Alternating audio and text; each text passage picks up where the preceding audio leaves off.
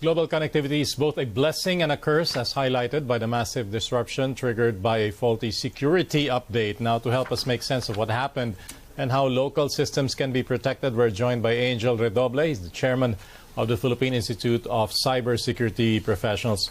Angel, good afternoon and welcome to Top Story. Good afternoon, Stanley, and thank you for the invite.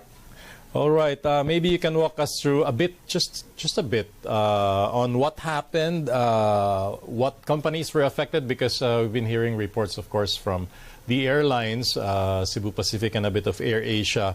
But most of the reports are saying there are banks that are affected and even government offices. So as far as you know, in the Philippines, are there other companies, aside from the airlines, that were affected?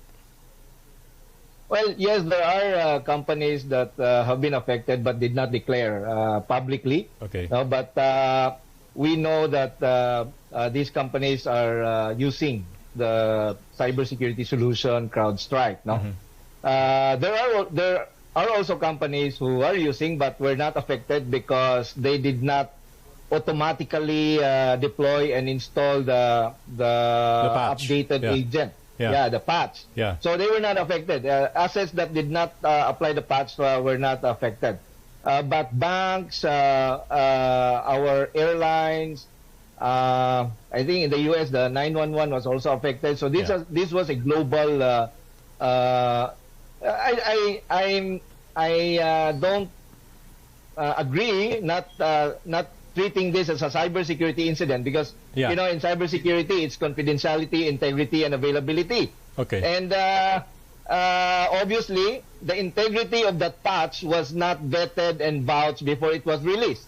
Okay. And it caused availability issues across. No, these are critical services. And we are lucky that this is just something that you can reinstall or do something in a few days, although it will still be felt like your stocks options, for example, no, it affected a lot of listed, publicly listed, and publicly traded companies. Yeah. Okay, Angel, just to give us a sense of just how big this is, I mean, is CrowdStrike a leading company, a leading provider that many Philippine companies may have been using this facility or service? Well, definitely they've gained traction in a few years ago, no, and not only in the Philippines. This is worldwide. Not only. But would you consider them? Yeah, would you consider CrowdStrike a big company or a major player in that sense? Oh yeah, they are a major player in the, at least in the endpoint and detection and response, or EDR space of cybersecurity. Okay, let me just clarify what you mentioned a while ago about you know, the patch that has not been verified, that it may have resulted in something really serious and disruptive.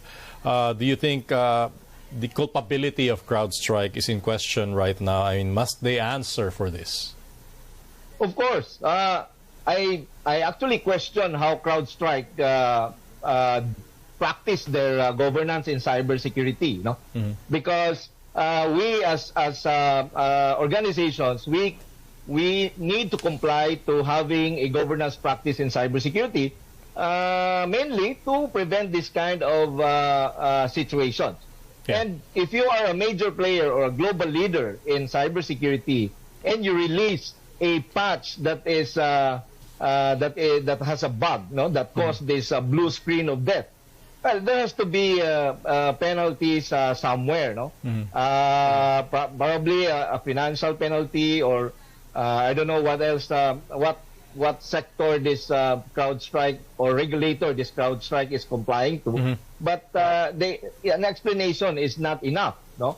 Because we expect them to have this governance practice at the highest level, because they are providing security to the whole country. And in this case, your cybersecurity solution is the one who caused this denial of service that that we call, no? Because it denied services to the organizations, it denied services to the community, it denied services to the global internet users. Okay. Can we say for sure at this point that this is not a cybersecurity attack? You mentioned this was just a result of that patch that did not go well. But do you believe that at this point, or do you think there should be further investigation into the matter? No, I do not believe that this is not a cyber attack at this point. And yes, there has to be a thorough investigation. We don't know yet. Is this just an unintentional mistake, or did something different happen that released? Someone was able to penetrate or intrude in any way, and then release a patch that is really impossible to believe that CrowdStrike would release. No, someone released the bit by bit analysis of the file, and it's really not something that should be released by a major player like CrowdStrike. Okay, Angel, is there supposed to be a backup, at least a backup system for companies using these products and services from CrowdStrike? Because I find it a bit incredulous, the fact that, the only backup was a manual backup, at least for the airlines. They have, done things manually, and that seemed to be the only option. It's a bit unbelievable. That is correct. Supposedly, when you release a patch, you need to make sure that if it doesn't work, or if it didn't work, it will just fail over to the previous version. Okay, so there should be some kind of reversion. Yes, yes, right. It should not cause the blue screen of death. That is why in organizations side using CrowdStrike, yes, it is imperative to have a backup. But backup is also expensive, and cybersecurity is always dependent on the budget of the company and the revenue of the company. If you have good revenue, you probably will get good budget. If you have bad revenue, you get bad budget, right? So the supposedly the one that should have done its job to make sure that patches released are good and vetted must be the company who is releasing the patch. Right?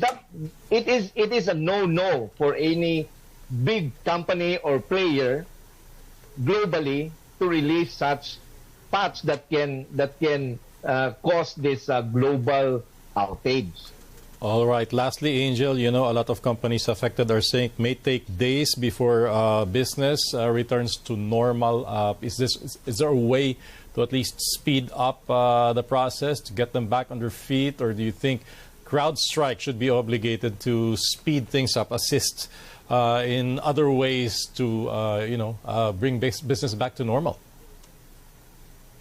Well, I hate to say it, but there is no shortcut, no? Especially if your organization is relatively big and you have hundreds or thousands of assets. Okay. And it is also an imperative measure for each and every organization to make sure that when they boot up everything, when they put everything back to operational status, that this thing will not reoccur.